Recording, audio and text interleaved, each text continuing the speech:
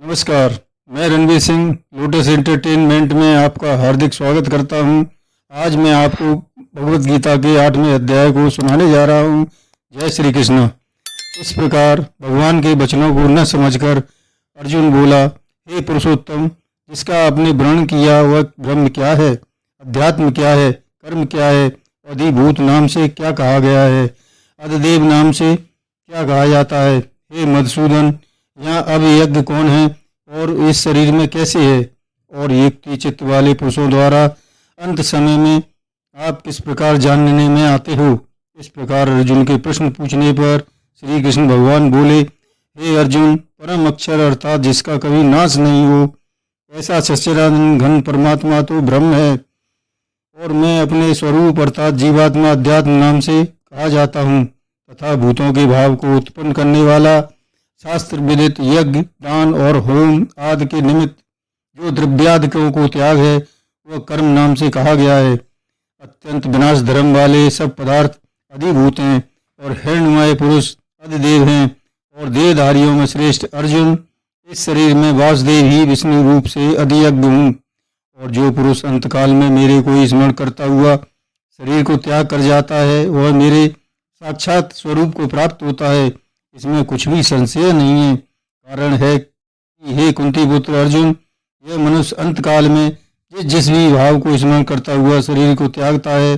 उसको ही प्राप्त होता है, परंतु सदा ही उस ही भाव को चिंतन न करता हुआ, क्योंकि सदा जिस भाव का चिंतन करता है अंतकाल में भी प्राय उसी का स्मरण होता है।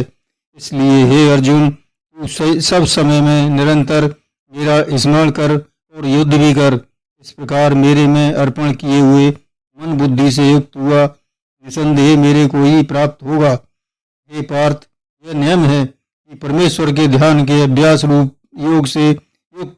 अन्य तरफ न जानने वाले चित्त से निरंतर चिंतन करता हुआ पुरुष परम प्रकाश दिव्य पुरुष को अर्थात परमेश्वर को ही प्राप्त होता है। इससे भी जो पुरुष सर्वज्ञ अनाद सबके नियंता सूक्ष्म से भी अति सूक्ष्म सबके धारण पोषण करने वाले अचिंत्य स्वरूप सूर्य के सदृश नित्य चेतन प्रकाश रूप अविद्या से अतपरे शुद्ध सच्चिदानंद घन परमात्मा को स्मरण करता है, वह भक्ति युक्त पुरुष अंतकाल में भी योग बल से भ्रकुटी के मध्य में प्राण को अच्छी प्रकार स्थापना करके फिर निश्चल मन से स्मरण करता हुआ उस दिव्य स्वरूप को परम पुरुष परमात्मा को ही प्राप्त होता है। हे अर्जुन, वेद के जानने वाले विद्वान जिस सच्चिदानंद घन परम पद को ओंकार नाम से कहते हैं और आसक्ति रहित यत्नशील महात्मा जन इसमें प्रवेश करते हैं, तथा जिस परम पद को चाहने वाले ब्रह्मचर्य का आचरण करते हैं, उस परम पद को तेरे लिए संक्षेप में कहूँगा। हे अर्जुन, सर्व इंद्रियों के द्वारा रोक कर अर्थात इंद्रियों को विषयों से हटाकर तथा मन को हृदय में स्थित करके और अपने प्राण को मस्तक में स्थापना करके योग धारणा में स्थित हुआ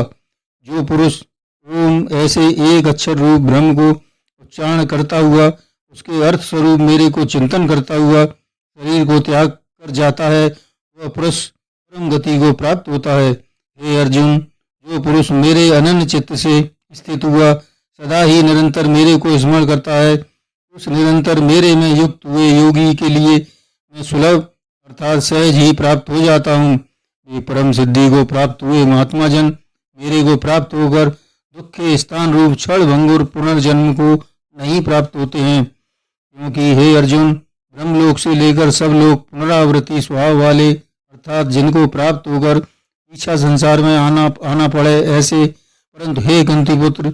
मेरे को प्राप्त होकर उसका पुनर्जन्म नहीं होता है, क्योंकि मैं कालातीत हूँ और यह सब ब्रह्मादिकों के लोक काल के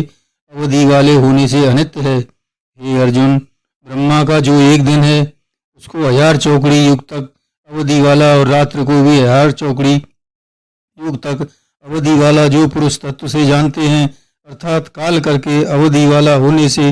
ब्रह्मलोक को भी अनंत जानते हैं, वे योगी जन काल के तत्व को जानने वाले हैं। इसलिए वे ये भी जानते हैं कि संपूर्ण देश मात्र भूतगण ब्रह्मा के दिन के प्रवेश काल में अव्यक्त को अर्थात ब्रह्मा के सूक्ष्म शरीर से उत्पन्न होते हैं और ब्रह्मा की रात्रि के प्रवेश काल में उस अव्यक्त नामक ब्रह्मा के सूक्ष्म शरीर में ही लय होते हैं, वही भूत समुदाय उत्पन्न होकर प्रकृति के बस में हुआ रात्रि के प्रवेश काल में लय होता है और दिन के प्रकाश काल में फिर उत्पन्न होता है। हे अर्जुन, इस प्रकार ब्रह्मा के 100 वर्ष पूर्ण होने से अपने लोक सहित ब्रह्मा भी शांत हो जाता है, परंतु उस अव्यक्त भी अति परे दूसरा अर्थात विलक्षण जो सनातन अव्यक्त भाव है वह सच्चिदानंद घन पूर्ण ब्रह्म परमात्मा सब भूतों के नष्ट होने पर भी नष्ट नहीं होता है। जो वह अव्यक्त अक्षर ऐसे कहा गया है, उसी अक्षर नामक अव्यक्त भाव को परम गति कहते हैं तथा जिस सनातन अव्यक्त भाव को प्राप्त होकर मनुष्य पीछे नहीं आते हैं वह मेरा परम धाम है। और हे पार्थ, जिस परमात्मा के अंतर्गत सर्वभूत और जिस सच्चिदानंद घन परमात्मा से यह सब जगत परिपूर्ण है वह सनातन अव्यक्त परम पुरुष अनन्य भक्ति से प्राप्त होने योग्य है। और हे अर्जुन, जिस काल में शरीर त्याग कर गए हुए योगीजन पीछे न आने वाली गति को और पीछा आने वाली गति को भी प्राप्त होते हैं, उस काल को अर्थात मार्ग को कहूँगा। उन दो प्रकार के मार्गों में से जिस मार्ग में ज्योतिर्मय अग्नि अभिमानी देवता और दिन का अभिमानी देवता है तथा शुक्ल पक्ष का अभिमानी देवता है, वह उत्तर प्रायण के 6 महीनों का अभिमानी देवता है। उस मार्ग में मरकर गए हुए ब्रह्मवेत्ता अर्थात परमेश्वर की उपासना से परमेश्वर परोक्ष भाव से जानने वाले योगीजन उपरोक्त देवताओं द्वारा क्रम से ले गए हुए ब्रह्म को प्राप्त होते हैं। जिस मार्ग में धूमा अभिमानी देवता है और रात्रि अभिमानी देवता है तथा कृष्ण पक्ष का अभिमानी देवता है और दक्षिणायन के 6 महीनों का अभिमानी देवता है, उस मार्ग में मरकर गया हुआ सकाम कर्मयोगी उपरोक्त देवताओं द्वारा क्रम से ले गया हुआ चंद्रमा की ज्योति को प्राप्त होकर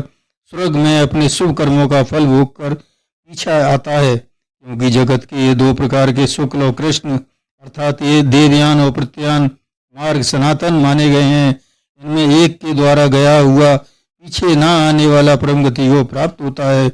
और दूसरे द्वारा गया हुआ पीछे आता है अर्थात जन्म मृत्यु को प्राप्त होता है। हे पार्थ, इस प्रकार इन दोनों मार्गों का तत्व से जानता हुआ कोई भी योगी मोहित नहीं होता है, अर्थात फिर वह निष्काम भाव से ही साधन करता है, कामनाओं में नहीं फंसता। इस कारण हे अर्जुन, तू सब काल में समस्त बुद्धि रूप योग से युक्त हो अर्थात निरंतर मेरी प्राप्ति के लिए साधना करने वाला हो। क्योंकि योगी पुरुष इस रहस्य को तत्व से जानकर वेदों के पढ़ने में तथा यज्ञ तप और दान आदि के करने में जो पुण्य फल कहा है उस सब को निसंदेह उल्लंघन कर जाता है और सनातन परम पद को प्राप्त होता है। जय श्री कृष्ण।